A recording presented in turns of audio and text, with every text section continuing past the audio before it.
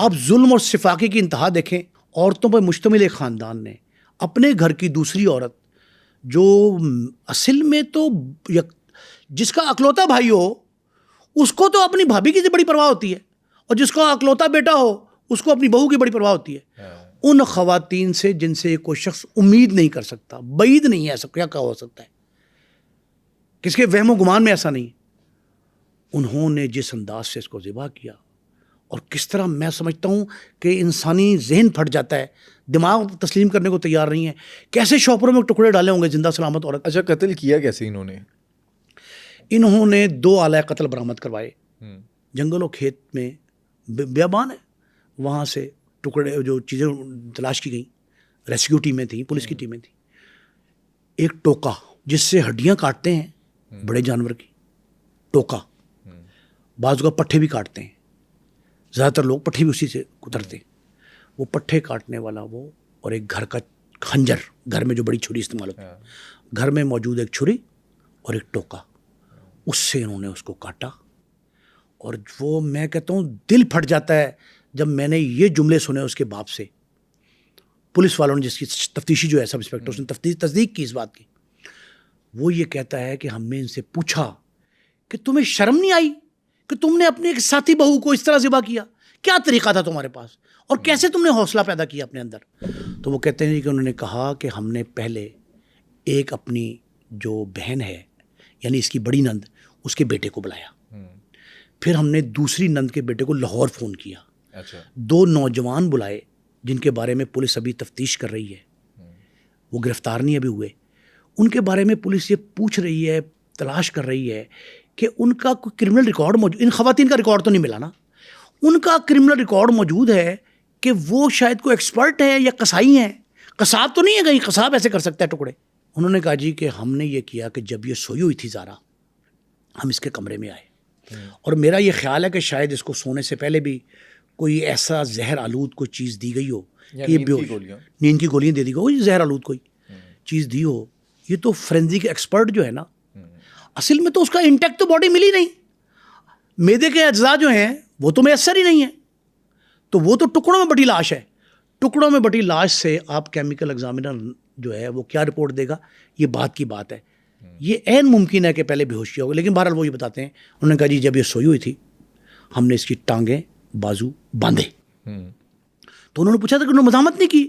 اس نے کہا تھوڑی بہت مزاحمت کی, تو ہم نے کس کے پکڑ لیا, نندوں نے, ساس نے اور بچوں نے. انہوں نے پکڑ لیا, اس کو باندھ دیا, ایک کھیس لیا, چادر اور کمبل کے درمیان ایک اور موٹی چادر ہے, اسے کہتے ہیں کھیس, جو دیہات میں زیادہ لیتے ہیں. کھیس اس کے گردن میں پھندے کی طرح ڈالا, جو انکشاف کیا انہوں نے, پھندے کی طرح ڈالا, اس کو کھینچا, جس سے یہ کہتے ہیں کہ اس نے مزاحمت بھی کی اور آنکھیں باہر آ گئیں. یہ اس طرح کا وہ شخص کرتا ہے. ڈکیتی کا ایک واقعہ ہوا تھا لاہور کے ڈیفنس تھانے میں. اس میں خاتون سو رہی تھی, خاتون خانہ اکیلی تھی گھر میں, خاتون خانہ سو رہی تھی, ارلی آرز میں 9-10 بجے رات کا واقعہ ہے. تو اس کو بھی اسی طرح جب وہ جاگ گئی, ان کو شک ہوتا ہے نا, خطرہ ہے کہ بھی پکڑے جائیں گے, تو انہوں نے, ڈاکوؤں نے اس کو گلا دبایا تھا, اس کا ہاتھ سے نہیں, چادر سے, جہاں چادر تھی بیٹھ گئی, اس سے گلا دبایا. اسے کہتے ہیں سفوکیٹڈ ٹو ڈیتھ, کہ آپ کو پھندا ڈال کے سفوکیشن میں مبتلا کیا جائے پھر مارا جائے. یہ تو ایسا لگ رہا ہے کہ جیسے کوئی پتہ نہیں کون سی انتقام کی آگ ان کے اندر بھڑک رہی تھی کہ اس طرح کا سوئر ظلم کیا ہے. بہت بڑا دشمن ہو, دیکھیں ایک بہو, دوسرا سگی بہن کی بیٹی, بچے کی ماں, دوسرے بچے کی حاملہ عورت. آپ ہر اینگل سے دیکھیں, ہر پہلو اس کا جو ہے نا وہ انتہائی دردناک اور خوفناک ہے. سانحہ دل خراش اس لیے ہے کہ جب اس کا گلا گھونٹ دیا گیا تو کہتے یہ ہیں کہ پھر ایک وار کیا ٹوکے کا, وہ کان کے نیچے, پھر کان کے اوپر, اور خون بہنے لگ پڑا.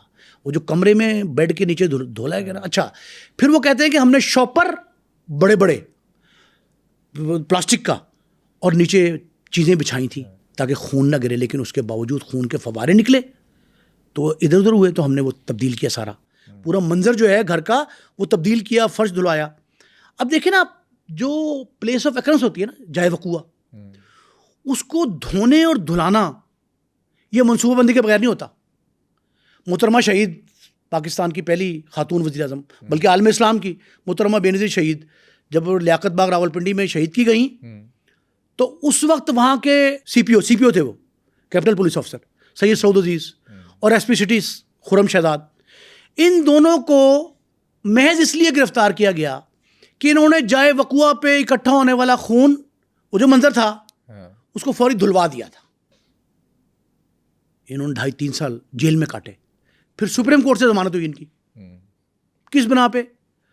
انہوں نے کہا جی کہ جب شارع عام ہے, مخصوص جگہ جہاں یہ خون گرا ہے, جہاں ایویڈنس موجود ہے, سرکمسٹانشل ایویڈنس کہتے ہیں, جائے وقوع کی شہادتیں, جائے وقوع کی شہادتیں مٹانے کے لیے ان پہ الزام لگا کہ انہوں نے اس کو جگہ کو دھلوا دیا. تو انہوں نے کہا جی کہ عدالت میں یہ موقف اختیار کیا ان پولیس افسران نے کہ ہم شارع عام بند نہیں کر سکتے تھے, ضلع انتظامیہ کی طرف سے یہ پریشر تھا کہ فوری طور پہ جگہ دھلوا کے ٹریفک کھلوائی جائے, تو ہم مجبور تھے. ہم نے یہ میسیجز ہیں ڈپٹی کمشنر کے فلاں کے, سب کے, آئی جی کے, ڈی آئی جی کے, فوراً جگہ کھلواؤ تاکہ رش نہ پڑے. ظاہر ہے وہ جو آپ لیاقت باغ اگر دیکھا ہو آپ نے, تو لیاقت باغ کے گرد و نواح میں مری روڈ بھی, خاص کر ادھر صدر بازار والا روڈ, وہ سارے کے سارے روڈ جو ہے نا بہت رشی ہیں, تو وہاں سے انہوں نے جگہ دھلوائی تھی. لیکن وہ جگہ دھلوانے کے الزام میں دونوں قید بھی کاٹی, گرفتار بھی ہوئے. ایک تو ان لوگوں نے کیا کیا منصوبہ بندی کے تحت, یہ کہتے ہیں کہ ہم نے وہ جو خون تھا اس کو صاف کرایا, لیکن اس سے پہلے ہم نے کہا کہ اگر یہ ڈیڈ باڈی ہم کہیں پھینکتے ہیں اور ریکور ہو جاتی ہے تو پتہ لگ جائے گا. اگر اس قتل کو مہمہ بنانا ہے تو آسان ترین حل یہ ہے کہ اس کو سربریدہ کرو, پھر جسم کے ٹکڑے کرو. یہ پلان کس کا تھا؟ ساس نے کیا سارا. یہ ایک دن کا پلان نہیں ہے, یہ کو ہفتہ 10 دن پہ محیط منصوبہ بندی لگتی ہے کہ جب پتہ لگا ہوگا کہ بہو یہاں آ رہی ہے, اس نے کہا جی کہ یہاں ہم بلائیں گے اور حصہ کر لیں گے. ایسی منصوبہ بندی میں نہیں سمجھتا, میں نے دیکھا نہیں ہے. بڑے بڑے کرمنلز جو ہیں نا بٹ صاحب, وہ گرفتار ہوئے, انکشافات بھی انہوں نے کیے پولیس کے روبرو, عدالت میں جا کے بھی انکشاف کیے, لیکن اس انداز کے نہیں تھے. اور پلاننگ اس انداز کی کہیں نہیں ہوئی جتنی ان خواتین نے کی. ان خواتین نے 2 بچوں کو, 7 نوجوان تھے دونوں, ان کو ساتھ ملایا.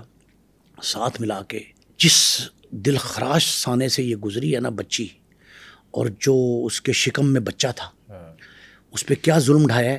جس طرح اللہ معاف کرے کوئی شخص کسی سے کوئی ازلی دشمنی نہیں نبھا رہا ہوتا, یہ ازلی دشمن کی طرح پتہ نہیں اس بچی کے بارے میں پورا علاقہ جہاں یہ بیاہ کے گئی وہ بھی, اور اپنا اس کا آبائی علاقہ بھی, یہ سارے اس کی تعریف میں رتب السان ہیں. زہرا کی وہ یہ کہتے ہیں کہ اس نے کبھی کسی کو تکلیف دی نہیں, ہنس کھیل کے ملتی ہر ایک سے, سلام دعا کرتی, انکل بھائی کر کے بات کرتی تھی. ٹوکے کا وار کیا کس نے تھا؟ ابھی تک یہ بات تفتیش میں 4-5 مراحل ہیں جن میں یہ بات سامنے نہیں آئی. ابھی ان کا گزشتہ روز 4 دن کا جسمانی ریمانڈ ہوا ہے.